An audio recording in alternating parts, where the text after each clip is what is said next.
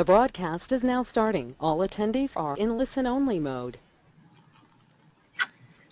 Hello, thank you so much for joining us today for our Fostering Success Michigan Toolkit webinar series. This is the first in our series of Toolkit webinars that we will be doing throughout the year. We're very excited to have you.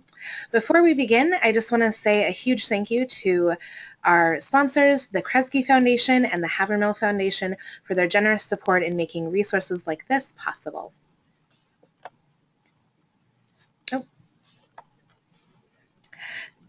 So before we begin, I want to say that all attendees are in listen-only mode, and that while you are listening to the webinar, you are able to ask questions using the chat feature on the side, and that we hope that you use the chat feature. We hope that you see this as an engaging webinar, that you can get some questions asked, maybe even share some advice. We know that many of you are financial aid experts in this field, and so we want to hear from you as well. If you have technical difficulties, please feel free to contact the Citrix team at the number that you see here.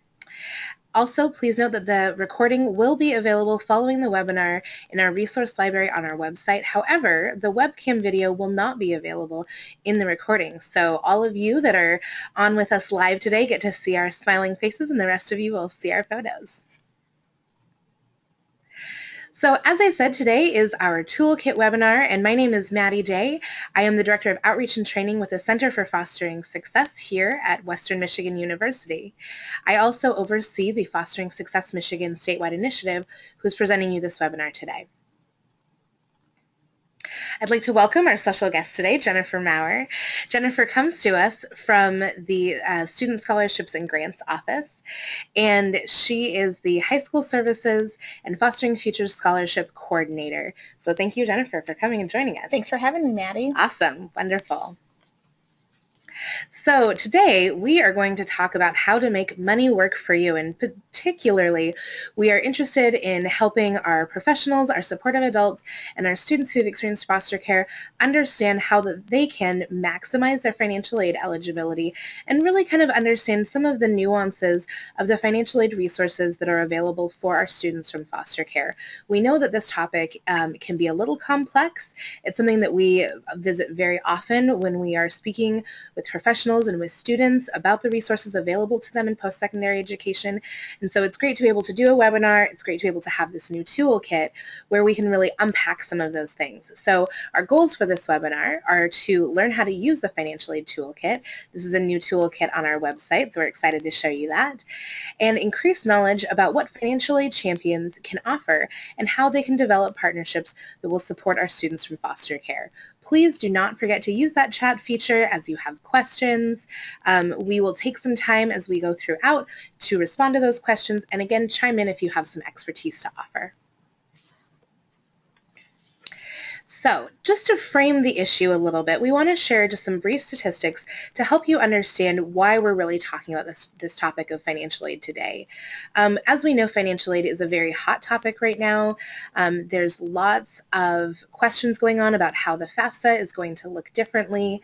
One thing that I want to just draw your attention to is that for our students from foster care, the financial aid issues that they may be managing are not just covering their tuition, but they're also covering potential child care, potential needs that they may have to cover housing that is not being supported by a family member or a guardian, and so they can become very complex. As you'll see in the Midwest study, about 35 participants had dropped out of post-secondary education by age 26, and the most common reasons cited, I really see these as coming back to inadequate financial aid. They're the need to work, childcare issues, or the inability to pay tuition and fees. And that's something that we really hope that we can support our students better with here in Michigan. Just another statistic to highlight here for you is the percentage of young people who have been in foster care who are really depending on scholarships and grants and are also using loans to pay for their tuition. And we know that, again, there's lots of confusion sometimes about what's the difference between a grant and a loan, what kinds of scholarships are available, and in particular, what is unique support that may be available to students from foster care because of their foster care status. So these are just some of the things that we're hoping to address with you today. So let's dive right in. What is a financial aid champion? So as we at FSM have begun to, hear from our partners and really kind of hear some of the needs that students and professionals had, it kind of became that this idea of having a financial aid champion on every campus, post-secondary campus in Michigan would be kind of the ideal. And what I will say is it's a huge testament to the willingness and the partnership to SSG, that they were willing to kind of hear these crazy ideas and say, yeah, let's partner together and make it happen. And so together we have been able to identify what we're calling financial aid champions. And these are professionals on post-secondary education sites across the state of Michigan, and they're public and private institutions, Right. correct? Correct. Yeah, so we're really working to cover any school that a student may choose to go, because we want our student to be supported at the school of their choice. So really understanding that that's first and foremost most important, and that we want to, and by we I mean SSG and FSM, want to partner to support these financial aid champions through offering them resources so that they can best meet the needs of students with experience in foster care, and really kind of help to maximize those financial aid packages, help them complete the forms, access maybe additional scholarships, and understand tuition and financial aid more.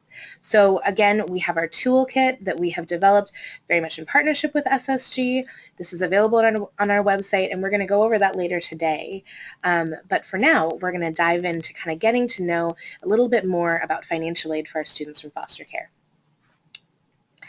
So I gave you kind of a brief overview of that this was this whole idea of financial aid champions really came from a little bit of hearing from our partners in the field, but also kind of crazy ideas that we had at FSM.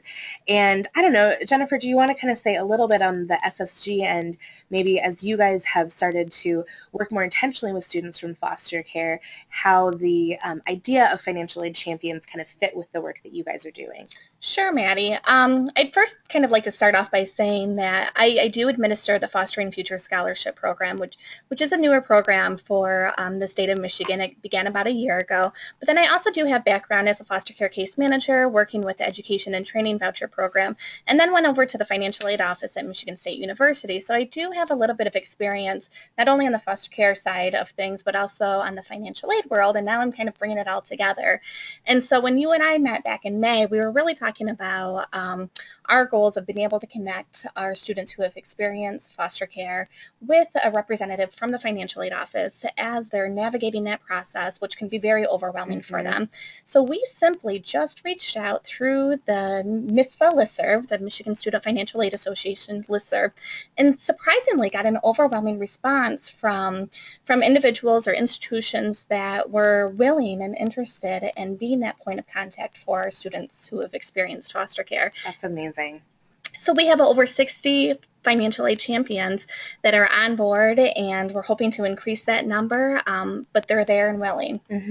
That's wonderful. And I think it really just shows that something that we know, which is there are so many folks out there, so many professionals, supportive adults, who really have a deep desire to see our students who've experienced foster care succeed, right? That's right. And post-secondary education is no exception to that. And I think even in the world of financial aid, where we may not get to see all of these amazing financial aid officers, out, whether we're at regional network meetings or at the summit, we may not necessarily see your faces, but you really are such a critical part and such a critical key to the success of our students. So it's just wonderful to see your response. I think over 60 is amazing. I think when we started this, we kind of said, gosh, it'd be great if we could get like 20. We kind of were joking, like maybe there's a few people that want to do this.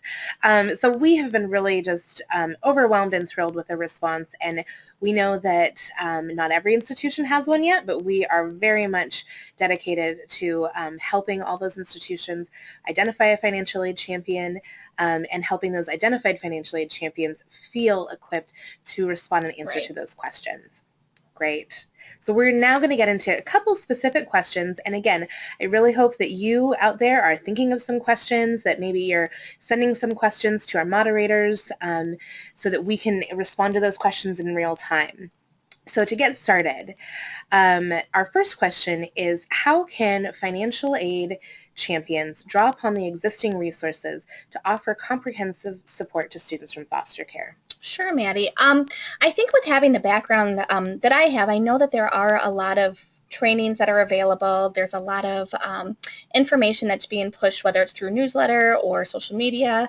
And I really think it's important for our financial aid champions to just kind of stay on top of the different opportunities that are available. I know specifically within our office, we do host different trainings. We also have a high school counselor workshop that's not even specific to high school counselors, but that's coming up in October, where we'll specifically touch on the Fostering Future Scholarship Program. But then also in our monthly newsletters, and then again through social media, we do put out a lot of information on different things that they can learn about our program and what we're doing within the community to support students from foster care. The Education and Training Voucher Program, I know, hosts regional trainings throughout the state, usually in the springtime, and that's where they really talk about a lot of their great resources that they have available to students, but then also additional resources that are offered maybe by the Department of Health and Human Services. So those are some great opportunities to become informed about those resources. Yeah, that's great. And I would say to all of you, I know many of you probably get the SSG newsletters. Right. They're wonderful. They're always so full of just awesome information. I know we at FSM, when we get those, we send those out through our Google group listserv. So if you are already connected with FSM that way, you may be getting them twice. But for me, those are just such a resource-rich email that we want to make sure that everybody, for sure knows that that's Right. out there. And, it's great that you guys also include just different activities that you're going to be at. So if somebody, is maybe in the community and thinking, hey, I'd like to meet in person, get some more information, you have that available. One other thing that I think is helpful, and you mentioned this a little bit, is the regional meetings, and ETV does regional meetings in the spring. Fostering Success Michigan does regional network meetings in the fall. And those meetings are hosted all across the state. We have about 6 of them. And those meetings actually bring together our post-secondary partners, our child welfare partners, partners in all aspects. We have partners from housing and mental health and all over that come. But we also will have our ETV representatives. I know Jennifer will be at most of them. And so that is another great way to draw upon those resources that, may even be in your backyard, in your community, potentially on your campus, to offer that support to students from foster care. So great. So let's see, our next question that we have here is, what are some of the common challenges faced by financial aid champions? So I think one of the most, the pressing question that I often get from financial aid professionals and financial aid champions is, how do I identify students from foster care? And so one of the solutions that we're working through SSG, and I know some of our partners have also been working on, is through the FAFSA. There's certainly a way that you can identify those students and maybe do targeted outreach and messages to that specific population. And that's, I know it used to be question 52, and now with some of the shifts, it's question 53. Right. So would financial aid offices be able to run a query on that question in their office? They should be able to. I mean, as long as they have a system available that can query against that specific question, then that certainly shouldn't be a problem, and that would be a great way for them to at least get started in identifying students who have answered that question as yes. Yeah, that's an excellent idea, and I know just the question of identification is such a huge one that we hear all the time. Right. Yeah. And then I think, step 2 after that is not only once you've identified students from foster care, but how do you effectively communicate with those students? What types of things can you talk about? Do you not talk about? How do you offer them support without, looking for their entire story? So, so I think that's kind of one of the challenges that maybe some of our foster or our financial aid champions maybe are thinking about today is communicating. That's a great point. And, we at Fostering Success Michigan really put a lot of emphasis on using person-first language. So you'll notice that we're not saying foster kid, we're saying students who have experienced foster care, because really the experience of foster care is one of the experiences that our students have, but they have many other experiences, and no one experience should, define them. So we do have more information about that on the Fostering Success Michigan website. We also also have a guide on our website, Getting to Know Students from Foster Care. And I know that guide has been really helpful in just, helping those professionals, those supportive adults who may not have a lot of experience with the child welfare system, understanding some of the common experiences that our students have. So, it can kind of help when you're asking those questions of, oh, how do I bring this up? Or maybe I feel a little bit awkward. Just, informing yourself of some of that information is so huge, like you said. Yeah. Any other common challenges, and maybe, even as you experience them as a financial aid officer, that you have seen? Well, I mean, I think what we're talking about today is, just understanding what resources are also available and, navigating that process and the different, eligibility requirements and the timing of some of those scholarships that are available. But then another thing that I personally deal with on a daily basis is not only the financial aid professional struggle, but the student struggle too. Mm-hmm. They're coming to us and although we'll talk about a lot of the resources that are available to them, a lot of them don't understand, the beginning steps of filing a FAFSA or understanding what a cost of attendance is and how are their, resources and their grants and scholarships a part of that cost of attendance in their financial aid package. Verification is a huge obstacle, not only for our students with experience in foster care, but as you all know, our students in general. And so that's been kind of a common theme for, especially over the summer, we've been hearing from a lot of students who have had some challenges with specifically, being required to submit a W-2, although they haven't worked the prior year. And so understanding that there is a form available for them to sign off on, indicating that they were a non-tax filer.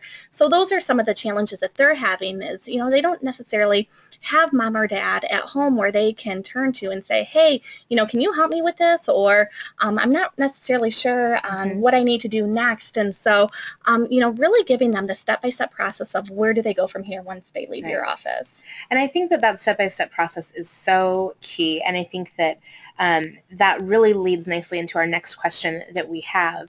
And, one of the things that we as Fostering Success Michigan talk a lot about are making sure that our pipeline is well insulated. And by that we mean that we have a lot of professionals and supportive adults that are kind of creating those buffers so that students don't fall out along the way. And a huge part of that is really that supportive handoff. So you in the financial aid office who, working with a student, maybe the student brings a financial aid question to you that actually may be a housing question. Exactly. Doing that supportive handoff and saying, that this isn't actually maybe for me, but I know somebody in housing. Let's walk over there. Let me call ahead so that they know that you're coming, just so that that student kind of has that handoff really. And so this next question that we have is, what are some examples of partnerships that work? So do you, maybe have some examples of partnerships that you and SSG have, and maybe some just thoughts about other partnerships that financial aid champions or other champions could start working on? Certainly. Within SSG, we are providing outreach statewide, although we only have 4 employees that are specifically assigned to administering outreach throughout the state. We really rely on our partners, and our partners could be, high school counselors. Our partners might be Fostering Success Michigan. Our partner could also include the Department of Health and Human Services, and we've got some really great, strong partnerships that are going. For example, with the Department of Health and Human Services, as you all know, the Tuition Incentive Program is one of our largest programs that we do administer at the state. And so we rely on DHHS to identify eligible students for this program, and we receive listings from them on an annual basis. But then to turn that around, we also have videos that are playing in their lobby area. We have posters, we have flyers, and so I believe that that's a great partnership that we have with them specifically about the tuition incentive program. But then additionally, with the Fostering Future Scholarship, part of the application processes is we also have to identify if that student meets the eligibility requirement of the foster care status. And so again, we work with DHHS closely on identifying and verifying our eligible applicants for that program. And so the turnaround time has been quick with that. We've had open communication with them. Additionally, we've got a great partnership with Fostering Success Michigan. at SSG, specifically with the Fostering Future Scholarship, I mean, it's a new program. And so we found that it was necessary for us to, really work with Fostering Success Michigan to identify maybe individuals or different community organizations to really spread the message about it. And so I think it's been a strong partnership that we've been building over the last year, which has been great. Another area too, where you, the foster care champions, can really start thinking about partnering is, there are a lot of campus support programs throughout the state, and I think Maddy's going to talk about that a little bit later today. And then we've got 3 campus champion programs also too, and so those are great opportunities for you to connect with resources right on your campus, and partnering with those programs. That's awesome. Yeah, and I just, I think it's so exciting to see those examples of partnerships that you've mentioned, and that they exist both, in the community and on the campus, but also, high levels with, the partnership between DHHS and SSG is huge, because we know that they're able to really spread kind of that broad word, and, really hopefully what we're doing here in Michigan is just kind of aligning these two systems, and helping them work together ultimately to support our students, which is, what we know will work best when we're looking at, success for our students. So wonderful. I did want to give a shout out. I got a note here that Amanda wrote and said that when we were talking about we mentioned the question about identification before with the FAFSA, and she said that on their campus that they do identify by question 53, and they send a letter to all of the students. So it's great. It's great. It's super exciting to see that some of you are already doing this awesome work, like we knew that you would, and so we knew that you would be responding to us with some of your great ideas. But this is just a great example of probably even some partnerships that maybe you guys are developing on your own campus, just to say, hey, if we can find this information, let's make sure that these students know that they're available for we are available for them. We can partner with our students. They can come to us. We can help them make the most of their financial aid package. So thank you, Amanda, for that. That's awesome. Great. So our last question, before we kind of break and look at the toolkit, really speaks to what are the next steps that folks should take should they want to identify a financial aid champion on their campus? It's really quite simple. They just can contact me. My contact information is going to be available, but you can shoot me an email or you can give me a phone call and we can talk about that process. But what we'll do at that point is we'll add you to our contact list. And I can tell you, just since we began this back in end of May, we do have that list available of 61 students. It's available on the SSG's website. It's got the institution's name, the contact person, phone number, and email address. And I know you guys also have it available on the FSM website. And it's been a great resource when we've got a student that's struggling with the process. They're kind of at a standstill and they just need someone to kind of walk them through that next step.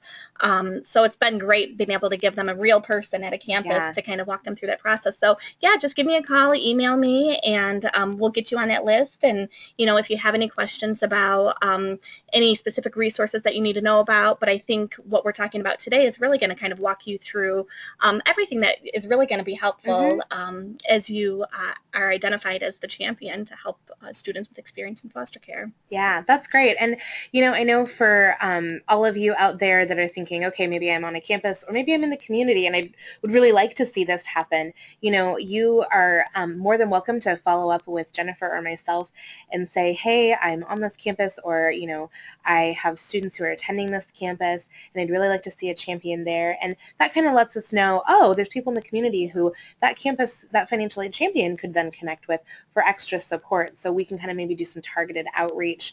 That's going to be something that we with FSM are going to really start to push in the new year. So yeah, we are excited to have more financial aid champions. Again, I would like to have at least one at all institutions in Michigan, if not more, because we know that sometimes people have a sick day, so it's always good to have a backup. All right, so we are going to jump now to our Financial Aid Toolkit. And we are going to go through and we're going to take a look at this Financial Aid Toolkit. We're going to do some highlights, and our hope here is that as we go through the toolkit that you can really take a chance and after this webinar browse through the toolkit, definitely get familiar with it, and then let us know, is there something that you were looking for that maybe you didn't see? Is there something that perhaps you were reading through and didn't fully understand? So definitely let us know, and we will make sure that that happens. So a couple things that I want to highlight. So you mentioned verification. This is an issue that we hear about a lot, verifying in particular the status of a young person who was in foster care. And here you'll see just about halfway down the screen right now, or almost kind of all the way down, you'll see that we have the DHS 945 form. So do you want to tell us a little bit about what that form does? Sure. This form has been available from DHS for about the last 4 to 5 years, and basically what it is if a student's answering yes to question number 53 and is selected for verification and needs to provide proof that they were in fact a ward of the state, there is this simple form that they can get, and I can tell you a couple different ways that they can get this form, but basically it's going to be a simple form that's provided by the Department of Health and Human Services that does just that. It verifies that the student was a ward of the state. Ways that the student can get that form is it's encouraged that every student that's exiting the foster care system receive a copy of that form from their caseworker. Although if that didn't happen, they can contact their local DHHS office, or to make it even easier, just give me a call, and I can't personally provide the form, but I can request the form and get that back to you. And in all honesty too, that form would probably, by the time that you request it, I would be able to have it back to you probably within 48 hours. It's a very quick turnaround, and I know I've worked with some financial aid professionals throughout the state, and when I've given them information about this form, it is such a quick process, and it's a quick step.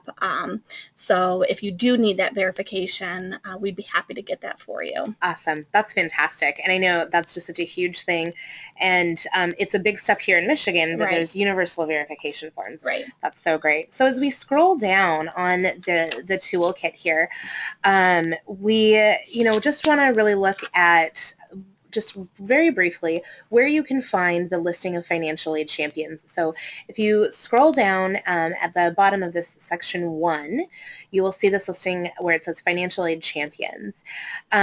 So there's a link there. I'm also, when we click that link, let's see what pops up. So you kind of see a little description right there. And I'm also going to show you just very quickly, kind of stay with us, we're going to go to the network page, and you see that up at the very top of the screen there, that network page, not the national map, but the network page. And this network page is actually a map of all of our partners here in Michigan. And when you see right in the middle of your screen, it allows you some different ways that you can filter. So if we just sort of scroll up with the map there and scroll up to the top of the map, you see a filter bar.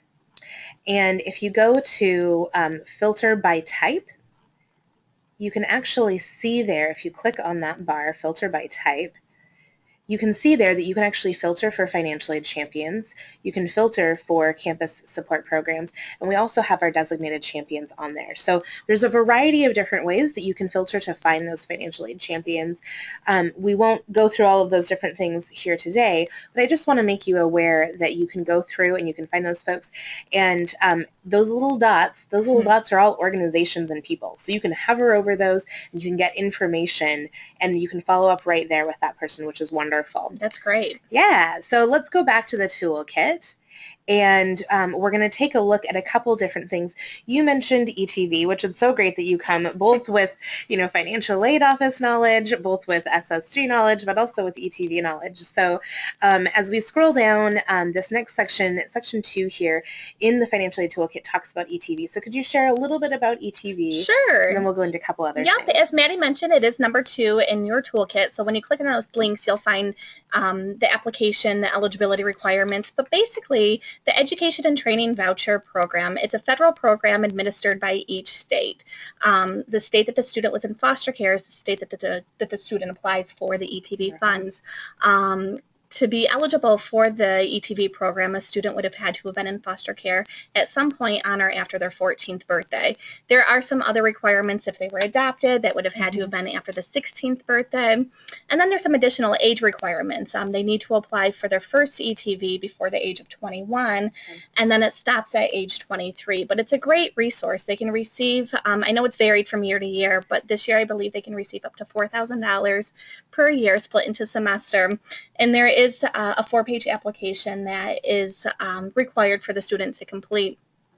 They do have to maintain a certain GPA, and there are certain expenses that it has to be used towards, which would be mostly educational expenses, room and board, tuition and fees, their books, but then, just their daily living expenses, or if they have dependents, those types of expenses too. So it really is a great resource. And I would encourage you, if you don't know a lot about it, to check out that link on number 2, and it'll have the contact information for that ETV program. Awesome. That's fantastic. And just to clarify, that the ETV funds, my understanding is that is not taxable income. Is that correct? That's correct. Yep. Awesome. Great. And that's, I think something just often, if you're new to understanding all of these different financial aid streams, it's just good to know that that is not taxable income.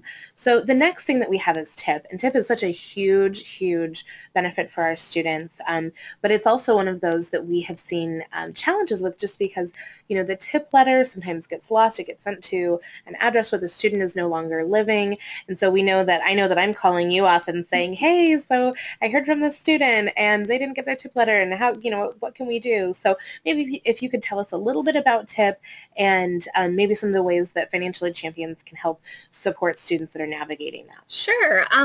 The Tuition Incentive Program, as a lot of you probably already know, is a resource available for students based on Medicaid status. So a student would have had to have had a specific type of Medicaid for two years within a 36 consecutive time period, starting at age 9. And so what happens is once they've met that eligibility requirement, and again, our office receives a file from the Department of Health and Human Services on an annual basis, what we'll do is we'll notify that student. Now, we understand that's a very mobile population, and so whether or not a student has received their eligibility letter, it can kind of be up in the air. So that's where we really need to encourage not only our financial aid champions, but also, our partners, and our students, our high school counselors, if they feel like a student should be TIP eligible, they really need to communicate with our office. So TIP is about a 3-step process. So they receive the eligibility letter. Next step is their senior year. They need to complete the application for TIP. That application can be completed over the phone just by calling our office, or they can return the application form back to our office. They need to turn that application form back into our office before they graduate from high school. Now, that graduation date isn't monitored high school by high school, so we consider August 31 as the graduation date for all Michigan students. So August 31st of their graduating senior year. So once they've graduated, they have until the 31st of August to submit that application.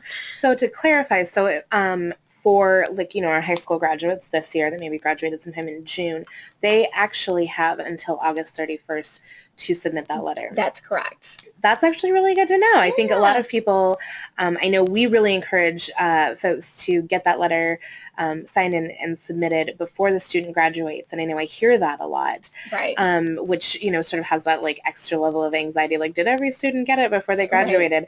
But it's good to know that maybe in particular with our financial aid champions who may be seeing these students over the summer. Exactly. It might not be too late. Yeah, it might not be too late, and that's also great for our campus champions, our campus support programs, so that they can just make sure that they're communicating that information. That's awesome. Thank you. So the third step in the process is they have to then provide the payment authorization form to the financial aid office. And so a lot of times students will get their eligibility letter, they'll complete their application over the phone or by mail, and then never submit the payment authorization form to the financial aid office, and then therefore TIP never gets applied to their student account. Okay. So that is the third and final step.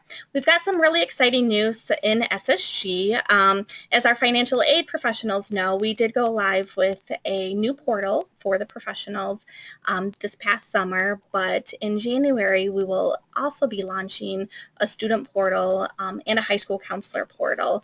The high school counselor portal will provide counselors with a listing of their high school students and identifying who has filed a FAFSA.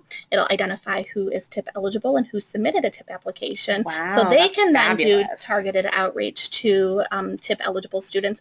But additionally, students will also, like I mentioned, will have their own portal where they can log in and they can see what state aid they're eligible for.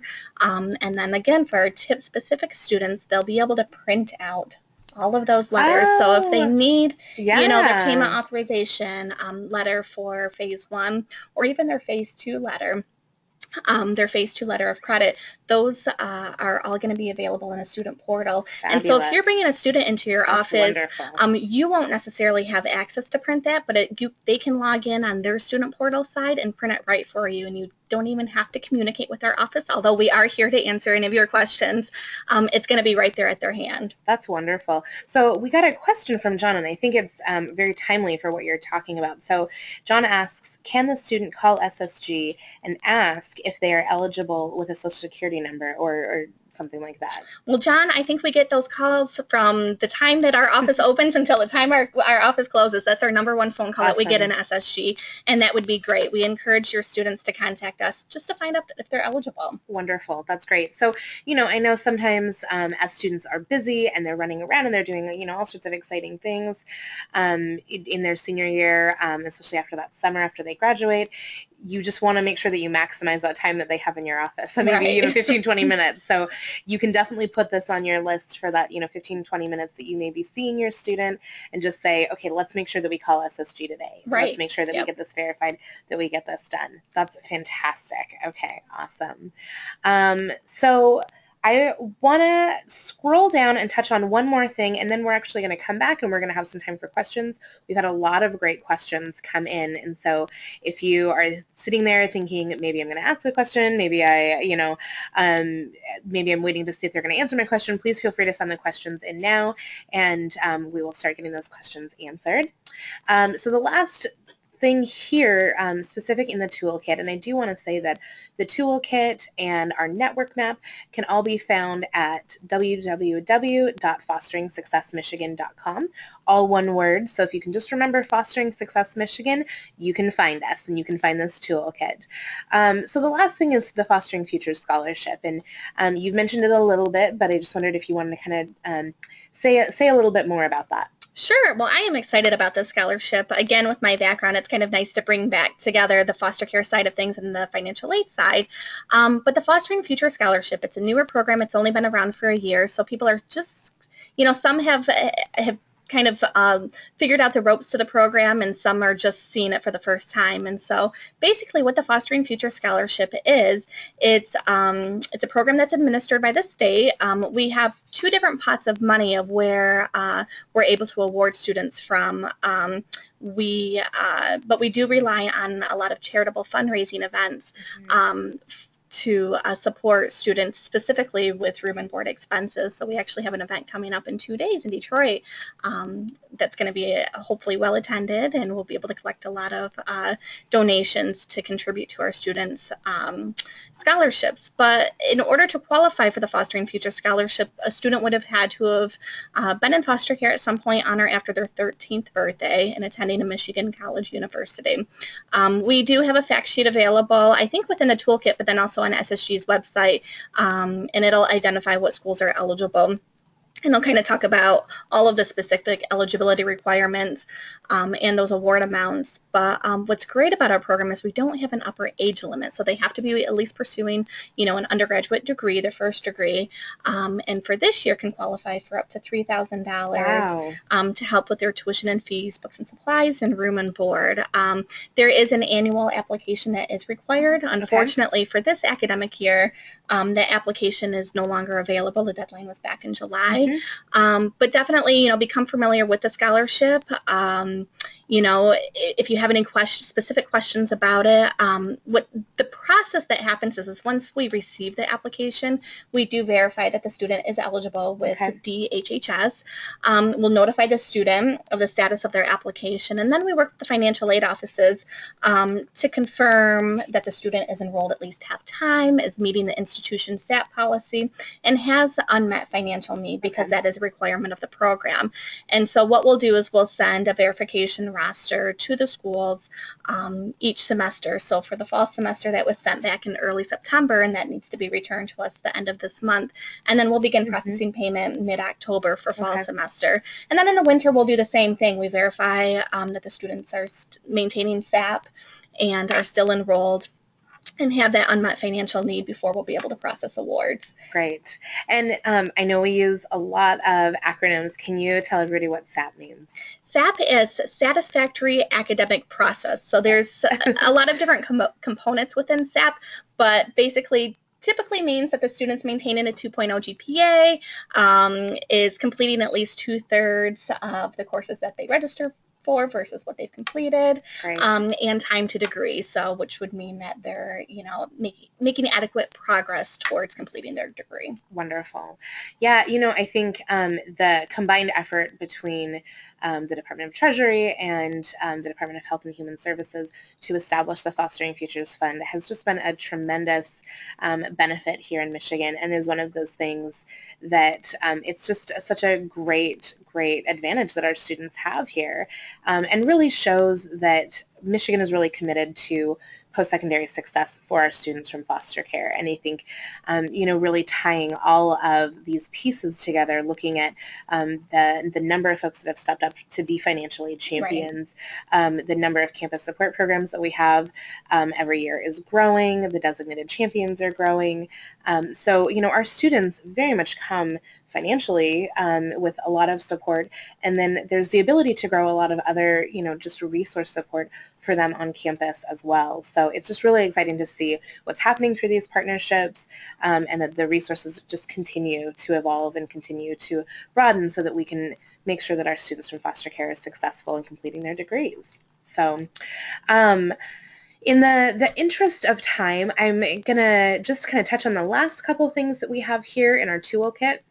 We do have some links regarding the YIT funds, the Youth in Transition funds. We have some links that can help you explore scholarships, and then we do have our links that can help you explore and kind of be referenced to the campus-based support programs that we have here in Michigan. We currently have 14.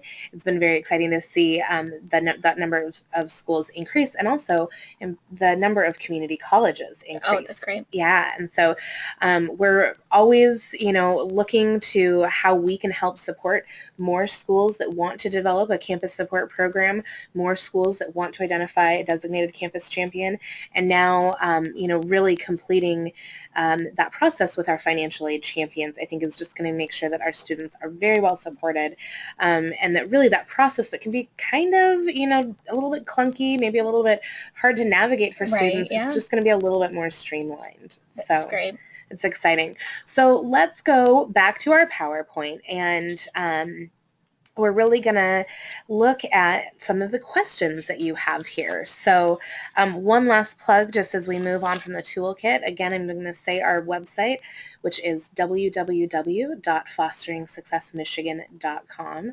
And feel free to visit our website again, visit the toolkit again, make sure that you kind of get all the information that you're looking for.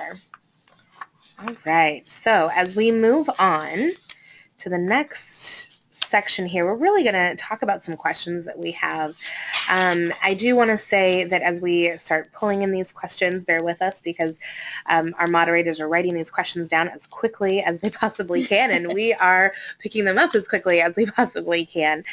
So one thing that I'll say just while they are writing, give their hands a break for a minute, is that we do have our regional network meetings. I mentioned those earlier. We really hope that those of you that maybe haven't been to one before, those of you that have been, done, return again. We hope that you bring students with you to those meetings so that they can be connected to those resource partners. They can get those resources. You can find a listing of all of those regional network meetings. It will be shortly available on our website under the News and Events page. So that will be great. All right, let's get into some questions. So let's see here. Okay, so we had a question from Tynesha, and she asked, I think that this is with regard to the verification, the DHS 945 page. So she asked, what about students that are managed by private agencies? Should they still go through DHHS to get that form completed? The form does need to be signed by a DHHS employee. So if they still have a connection with their private agency worker, the best method would be to communicate with their private agency caseworker, who ultimately is going to go to DHHS to get the form signed. So if they don't have that connection anymore, it would probably be almost even easier for them to skip that step and go right to DHHS. Okay. And really coming right to me though too would be fine. I mean, I'm open to any referrals for those forms. Okay, great. That's great to know. So we have another question. This came earlier, and so they asked, as a champion, how can I get a new student whose situation is applicable, so this is a student from foster care, connected to a program maybe on campus or connected to maybe some of those resources, especially if they don't have a worker? So it sounds like maybe this is a financial aid champion who has identified this student, but maybe doesn't know how to connect them to those resources and maybe kind of the what to do next. Right, and I think once you guys take a look through the toolkit and you do see what resources are available, the contact list that Maddy has available on there for the different campus support programs, you might be surprised. Maybe there is a program going on at your campus and you're just not aware of it. But in the beginning stages of this, as you start to maybe educate yourself and start learning about the different resources that are out there or how you can kind of get the students started on that step, certainly use Maddy and I as a point of contact to work with those students. I think we've got some knowledge and some expertise of ways that we can direct students to different resources that are out there. So feel free to give us a call, contact us, and we'd be happy to help too. Yeah, absolutely. And, I always encourage folks to also look in the community. Right. Campuses are very rich with resources, but looking in the community may also be helpful, particularly if you have a student and they are under 21, they might be interested in getting connected with MYOI, which is the Michigan Youth Opportunities Initiative, and there may be an MYOI in your county. We have those MYOI partners listed on our website. You can also find them on the DHHS website, but just knowing that there are some supportive resources out there for your students is very important. And again, that every day we are adding new champions, new financial aid champions, and campus support folks. And so there may, even if you don't see it maybe in a resource guide that we have, there may be other supportive folks that we can connect you to. So don't be shy about reaching out. Another question, this is from Courtney, and she wrote, I am at a non-degree granting institution and have been told that TIP does not pay for these types of post-secondary institutions. Is that correct? If not, what's the process? That's a great question, Courtney. What we can do is we can kind of look into that for you and maybe get back with you. We've got a TIP expert in our office who can maybe help walk you through that process on what maybe your next steps would be as far as determining what types of schools certainly would be eligible. I would encourage you to refer to the fact sheet that's available not only on SSG's website, but Fostering Success Michigan's website, and it'll talk about the different phases of TIP and the eligibility requirements of it. So if you're at a school that is not, or if you're in a program that is not eligible for the tuition incentive program, we can certainly talk with you about what your options are. Great. Awesome. And I know, some of these, I think just there may be some follow-up that we're going to do, and hopefully there's folks that, follow up with us afterward with questions, and, just definitely kind of making sure that we can answer those questions very specifically and with the best information that we can.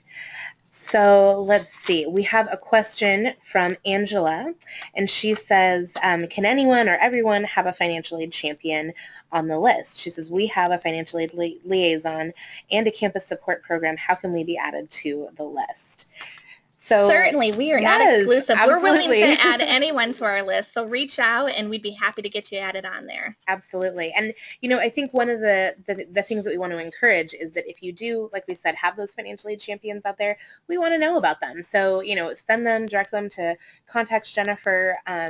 It looks like from what I'm seeing that the campus support program that Angela is with, the Believe in Scholars program, I know that they are on our list. They're a great partner with the work that we do here. So we would love to have your financial aid champion on there, and we would love to make sure that they have all the resources that we're sharing today. So great.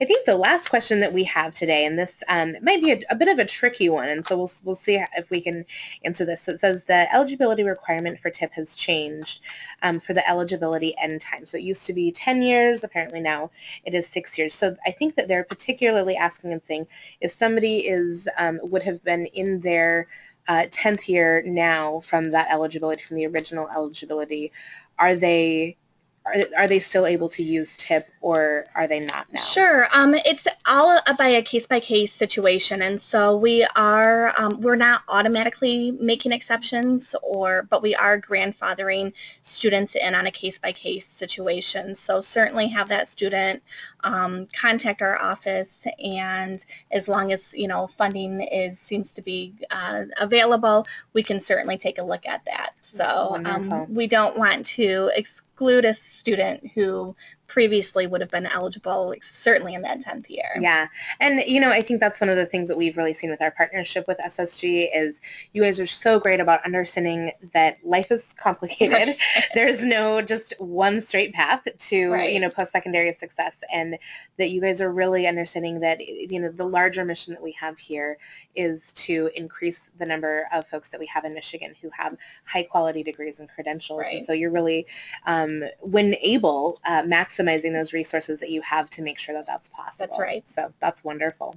So we are going to move on, just knowing that we are out of time, and I always love to make sure that folks are getting out of their webinars right on time, and we have some questions for feedback. So we are going to ask you some questions, and we're really going to ask you to share with us some feedback that we have. We're going to use a couple polls, I believe. So they are being pulled up as we speak, and these polls will just provide us some information. And I think, let's see, we got one question, so maybe while the poll is open. All right, and let's see. I am not actually able to read the question on my side, so I am going to take a look over here. So if I leave the screen for a minute, I will be back. All right, so our first question is, how likely is it that you will visit the FSM website to utilize the Financial Aid Toolkit? So please go ahead and answer now.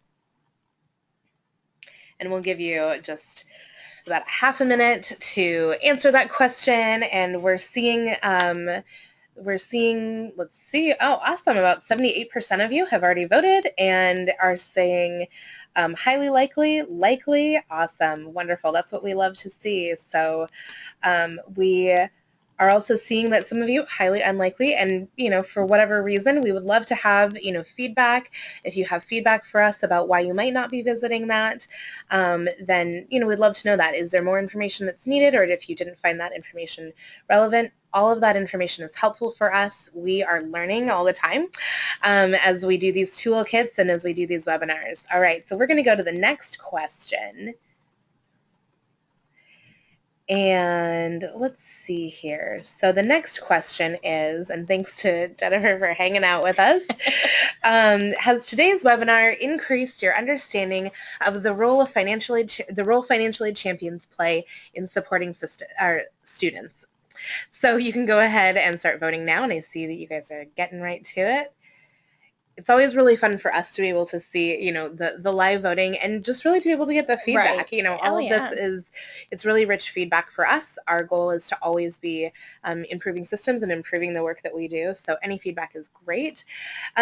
So we see here that about 81% of you have voted, and let's see, 48% say agree, 35% say strongly agree, and we have some not sure and some strongly disagree. So this is great information for us. So again, for those that are maybe not feeling like your questions were answered, we'd love to make sure that those questions get answered. And as we continue to improve what we can offer for financial aid champions, we will continue to make sure that those resources are available for all of you, that you're notified about those, and that for the financial aid champions, as you do your work this year, hopefully you share with us, what other resources can be helpful, and then also share your success stories. Those are always really great things to hear directly from the field. So we have 2 more questions. This one is, if you needed to find information or resources about financial aid for youth with experience in foster care, would you know how? So hopefully this is, getting at some good answers. Did this provide some information? Do you have other resources? And it's looking like the majority of you have voted, and you are saying yes overwhelmingly. Yay, that's great. And so hopefully we have answered your questions today, but also you know that if we didn't answer your questions, that we are very much available. And our last question for the day, would you recommend this webinar and or toolkit to another financial aid professional? And again, thank you all so much for bearing with us. This is our launch of our toolkit webinar series. It's a little bit of a shift, and it's different than our other webinars that we've had in the past, but it's been exciting to, really have Jennifer with us, and thank you so much for your expertise. It's been wonderful. So it looks like we have the majority of folks that have voted now, and the majority of you are saying highly likely, few unsures, maybe unlikely. So this is really great information. This lets us know, that this is helpful. We'll go back. There will be a follow-up survey, and so for all of you that are out there listening, there will be a follow-up survey. We really want additional feedback that you have, additional comments that you have, and we want to be able to respond to those, and we want to be able to use that to incorporate into our feedback so that we can continue to make these webinars better, continue to make the toolkit better. So thank you all so much for your feedback. Thank you for taking those polls with us. It's always fun to kind of get some live answers. So I am going to make sure that we have one more question, and I want to just, in the interest of time, ask this one last question from Yolanda. She is a financial aid champion at Marygrove College, and she asked that if a student missed the tip deadline on August 31st, will they receive the funds, or does that mean that they will not receive the funds at all? Yeah, if the student didn't submit their application for TIP before the August 31st deadline, they are not eligible for the program. I mean, there is an appeal process that a student can go through, but basically what that appeal process is our office is using data to verify that the student did not, in fact, receive their eligibility letter at the point that they became eligibility, and each year after when that letter is sent to the student. So if we can verify within our data that the student did not receive notification of their eligibility, then there may be an opportunity for an appeal, but otherwise that August 31st deadline is firm. Okay. Well, and I think just knowing that that appeal process is out there, I know a lot of people didn't know. I know I didn't know until we had started talking about this. So, just another great kind of insider tip for folks to know about. Thank you so much again, Jennifer, for sharing with us on this webinar, for joining us, for being our first one for the Toolkit webinar, and we look forward to continuing to work with you. We hope that all of our financial aid champions look forward to continuing to work with you, and if you have any questions, would like any more follow-up information, you'll see the contact information here, and Jennifer's contact information will also be made available following this webinar. Thank you all so much, and have a great day.